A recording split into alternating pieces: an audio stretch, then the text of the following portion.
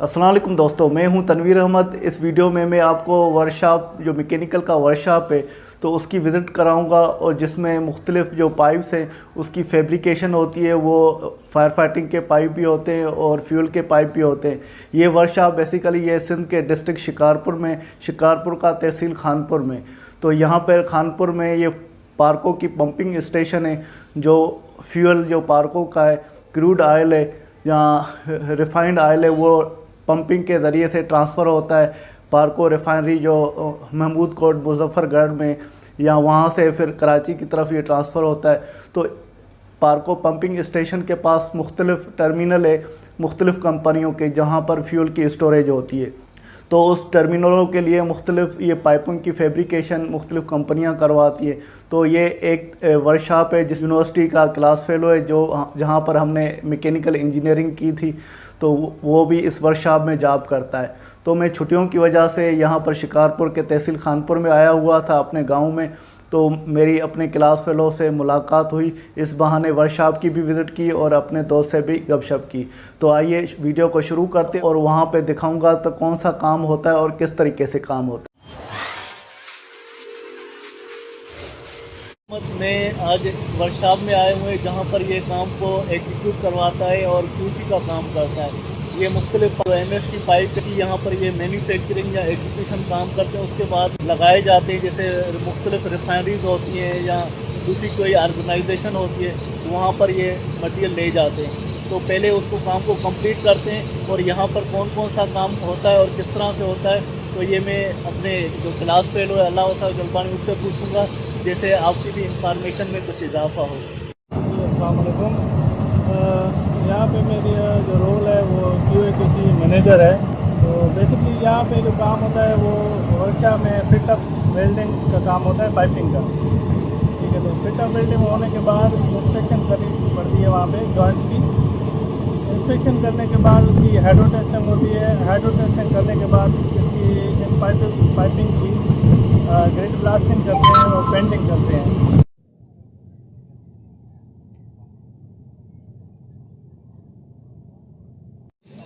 दोस्तों, ये पाइप का सेक्शन है जहाँ पर वर्कशॉप में मुख्तलिफ पाइपों की ये फैब्रिकेशन होती है, और मुख्तलिफ पाइप यहाँ फैब्रिकेशन और ड्राइंग के हिसाब से पाइपों को की वेल्डिंग की जाती है, फ्लेंज लगते हैं, जो भी ड्राइंग के हिसाब से काम होता है। तो पाइप को तकरीबन कंप्लीट किया जाता है और यहाँ से शिफ्ट करके में पार्कों में या मुख्तलिफ इंडस्ट्रियों में ये पाइप शिफ्ट किए जाते हैं। फिर वहाँ पर सिर्फ ये फ्लेंज के साथ पाइपों को नट बोल्ट गैस्केट लगाकर उसको इंस्टॉलेशन की जाती है। तो तकरीबन काम पाइपों का यहाँ पर किया जाता है। ये वर्कशॉप है, तो यहाँ पर वर्कशॉप के इंजीनियर भी हैं और सुपरवाइज़र भी हैं। तो इनसे पूछते हैं तो ये वर्कशॉप में जो काम होता है उसका क्या तरीक़ेकार है, और उसमें कौन कौन से पाइप यूज़ होते हैं, कौन से मटेरियल के पाइप यूज़ होते हैं, और यहाँ पर जो वर्किंग मैकेनिज़्म है वो किस तरह से होता है। तो सर, पहले तो ये है कि हम ड्राइंग के मुताबिक इसकी मार्किंग करते हैं। पाइपों की मार्किंग करने के बाद हम QC डिपार्टमेंट को बुलाते हैं। वो मार्किंग चेक करके वेरीफाई करके उसके बाद हमें उनकी कटिंग की इजाज़त देता है। काटने के बाद हम एज़ पर ड्राइंग को स्पूल तैयार करते हैं, हम उसको टैगिंग कराते हैं लेवलिंग वगैरह करके। उसमें प्रॉपर जो अपना गैप होता है वो 4 mm होता है फ्री। और यहाँ पे जो वेल्डिंग हो रही है उसके बाद ये टैगिंग करा देंगे, उसके बाद वेल्डिंग होगी। वेल्डिंग का रूट हार्ट जो है वो आर्गन वेल्डिंग का लगेगा। उसके बाद जो फिलिंग कहते हैं वो इलेक्ट्रिक की होगी। वेल्डिंग कंप्लीट होने के बाद हमारा QC डिपार्टमेंट वेल्डिंग इंस्पेक्शन करता है। वेल्डिंग इंस्पेक्शन करने के बाद हम इसको हाइड्रो टेस्ट करते हैं। हाइड्रो टेस्ट करने के बाद इसको हम ब्लास्टिंग यार्ड में भेजते हैं। और ये पाइप जो यूज़ हो रहा है वो कौन से STM के यूज़ हो रहे हैं?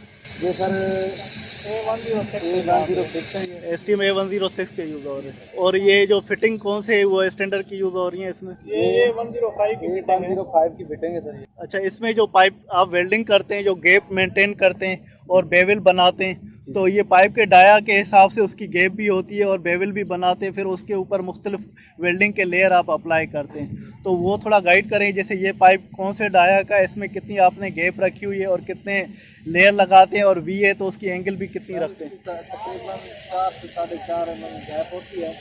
फिर आर्गन के साथ हम पहले रूट लगाते हैं इसको, फिर हार्ड लगता है। हार्ड के बाद फिलिंग, फिर 2 लाइनों में कैपिंग होती है इलेक्ट्रिक के साथ। अच्छा, और उसकी जो इंस्पेक्शन है या क्वालिटी कंट्रोल किस तरह से की जाती है? अपना QC वाले भाई आते हैं, क्वालिटी अपनी इंस्पेक्शन करते हैं। जहाँ से कोई रीस्टार्ट ख़राब हो कोई अंडर कट हो वो हमें बताते हैं, वो हम रिपेयर कर देते हैं। अच्छा, ये जो हाइड्रो टेस्टिंग के से पहले ये जो चेकिंग होती है या हाइड्रो टेस्टिंग के बाद? आरटी जॉइंट होते हैं, हाइड्रो टेस्टिंग के पहले विजुअली जॉइंट चेक होते हैं, फिर एक्सरे होते हैं, एक्सरे होने के बाद हाइड्रो टेस्टिंग होती है, हाइड्रो टेस्टिंग के बाद फिर अपनी सैंड ब्लास्टिंग होती है, पेंटिंग होती है। अगर हाइड्रो टेस्टिंग में आपका पाइप फेल हो जाता है, प्रेशर जो लीक हो जाता है कहीं भी जॉइंट से, फिर उसका क्या तरीक़ेकार होता है? वो जॉइंट हम दोबारा काट के दोबारा लगा के एक्सरे करा के फिर उसको हाइड्रो, वो जॉइंट को तकरीबन सारे पाइप के चारों तरफ से जो सरकमफेरेंस है वो सारे से काटते हैं, या जहाँ पर लीकेज है सिर्फ वही लोकेशन को काटा जाता है? पैप लीक होगा तो फिर पैप पूरा निकाल देंगे, तो जॉइंट लीक होगा तो जॉइंट फिर काट के दोबारा सारा जॉइंट लगाएंगे। ये कौन सा इलेक्ट्रोड है आपके पास? 70-18 जी, ओके का राड है 70-18। और ये जो इसमें ये फ्लेंज लगी हुई है, ये कौन से टाइप की फ्लेंज लगी हुई है? ये सर नेक वेल्ड फ्लंच है, वेल नेक 150 शेड्यूल है इसका। 150 शेड्यूल है जी सर, रेटिंग इसकी 150 है। B150। जी जी, ठीक है। A105। A105। जी ठीक है। ये 6G पे वेल्डिंग हो रही है, पोजीशन है इसकी 6G, 45 डिग्री पे होती है, ठीक है, इंक्लाइन होती है 45 डिग्री पे, रोटेट नहीं होती है, इससे फिक्स्ड होती है। ये उसी पे ये क्वालिफाइड है वेल्डर। ये पहले इसकी क्वालिफिकेशन होती है, इनकी वेल्डर क्वालिफिकेशन टेस्ट होते हैं, ये उसको क्वालिफाई करते हैं, फिर इनकी रेडियोग्राफी होती है, उसके बाद इनको गोएड दिया जाता है कि आप कर सकते हैं वेल्डर। ये क्वालिफाइड जो वेल्डर है वो क्वालिफिकेशन की इनको सर्टिफिकेशन कौन देता है? जी बिल्कुल, इनको सर्टिफिकेट क्वालिटी डिपार्टमेंट देता है, उनके कार्ड बनाता है, और फिर उनको थर्ड पार्टी उन पर साइन करती है जो इसके पास होते हैं जब ये वेल्डिंग कर रहे होते हैं। अच्छा साबिर भाई, हमें ये बताएं, जो यहाँ पर पाइप मुख्तलिफ आप लोग काम करवा रहे हैं, तो ये कहाँ के लिए पाइप आप काम करवा रहे हैं, और ये कौन से लिक्विड के लिए यूज़ होते हैं? जैसे मुख्तलिफ लिक्विड होते हैं, पानी भी होता है, फ्यूल भी होता है, गैस भी होता है, ये किस पर्पज़ के लिए यूज़ हो रहे हैं? ये जो पाइप हैं सर, ये हमारे फायर वाटर की लाइनों के लिए इस्तेमाल हो रहे हैं। यहाँ पे हमारे किदारपुर में फायर वाटर की लाइनों इसके लिए फायर वाटर के अलावा ऑयल के लिए होते हैं, गैस के लिए होते हैं। अच्छा, इनमें ऑयल और वाटर की वेल्डिंग में कोई फ़र्क होता है या सेम ही होती है? सेम होती है सर। और प्रेशर रेटिंग में फ़र्क होता है? ऐसे रेटिंग में फ़र्क होता है, पाइप के शेड्यूल में फ़र्क होता है।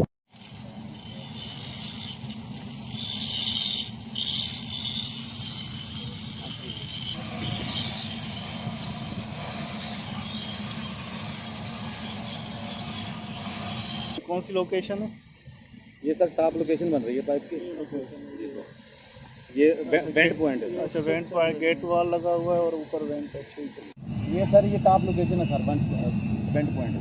और यहाँ पर ये जो आपने लगाया हुआ है, डायरेक्ट पाइप के साथ वेल्ड नहीं किया, यहाँ पे सर्कुलेट लगाया ये हुआ है। सर्कुलेट लगाया सर, उसके ऊपर पे और ये कितने 8 इंच का पाइप है? 10 इंच का। 10 इंच का पाइप है, और ये 1 इंच का पाइप है। जी सर। तो उसके साथ ये जो वेल्डिंग हुई है, सर्कुलेट के ज़रिए वेल्डिंग हुई है। जी। अगर यहाँ पर टी लगाएंगे तो वो एक तो एक्सपेंसिव भी बहुत होती है, और छोटे पाइप की ज़्यादातर मिलती भी नहीं है, तो वो स्टैंडर्ड इजाज़त देता है तो आप वेल्डोलेट या सर्कुलेट लगाकर पाइप को ज्वाइंट करें, मगर स्टैंडर्ड ये नहीं बोलता डायरेक्ट पंचर करके और पाइप वेल्ड करें, क्योंकि इसमें फ्रैक्शन लॉसेस होते हैं, वो लॉसेस को अवॉइड करने के लिए ये किया।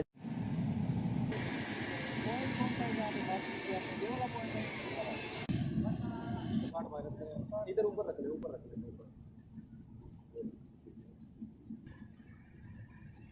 इस लोकेशन पे ये जो पाइपों की फैब्रिकेशन और वेल्डिंग के बाद उनकी प्रेशर दिया जाता है, ये प्रेशर की यहाँ पर तैयारी हो रही है, और इसके स्टार्टिंग में भी एक प्रेशर गेज लगाया जाता है, और उसके एंड में भी एक वेंट दी जाती है और प्रेशर गेज लगाया जाता है।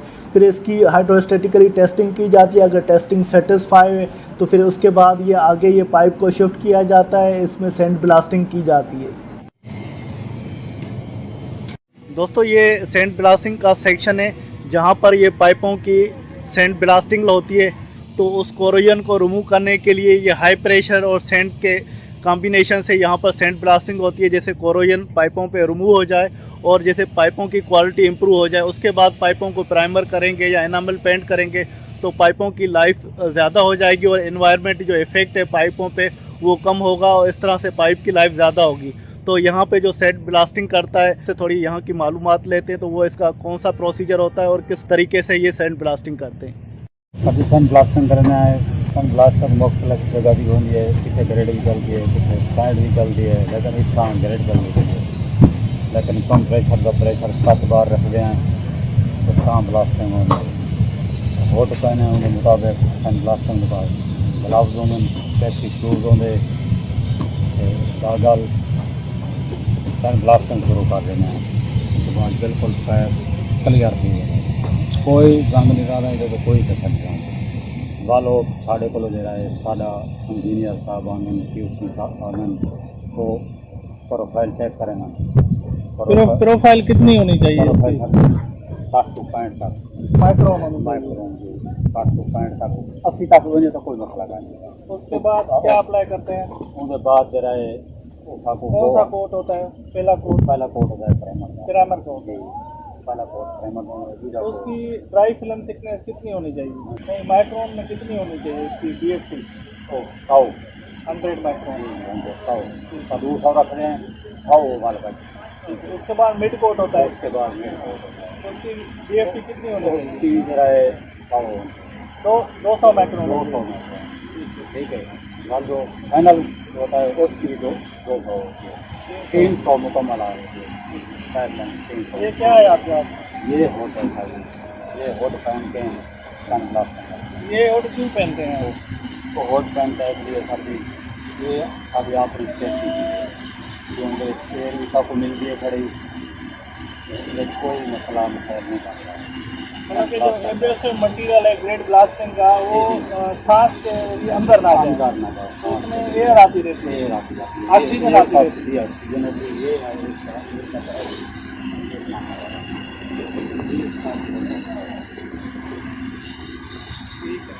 ये आप इसमें लगाते हैं ताकि ये एयर आती रहे, ताकि आप जो कोई ब्लास्टिंग वाला बंदा महफूज रहे। इससे ये जो है आपका कितना प्रेशर होता है ब्लास्टिंग का?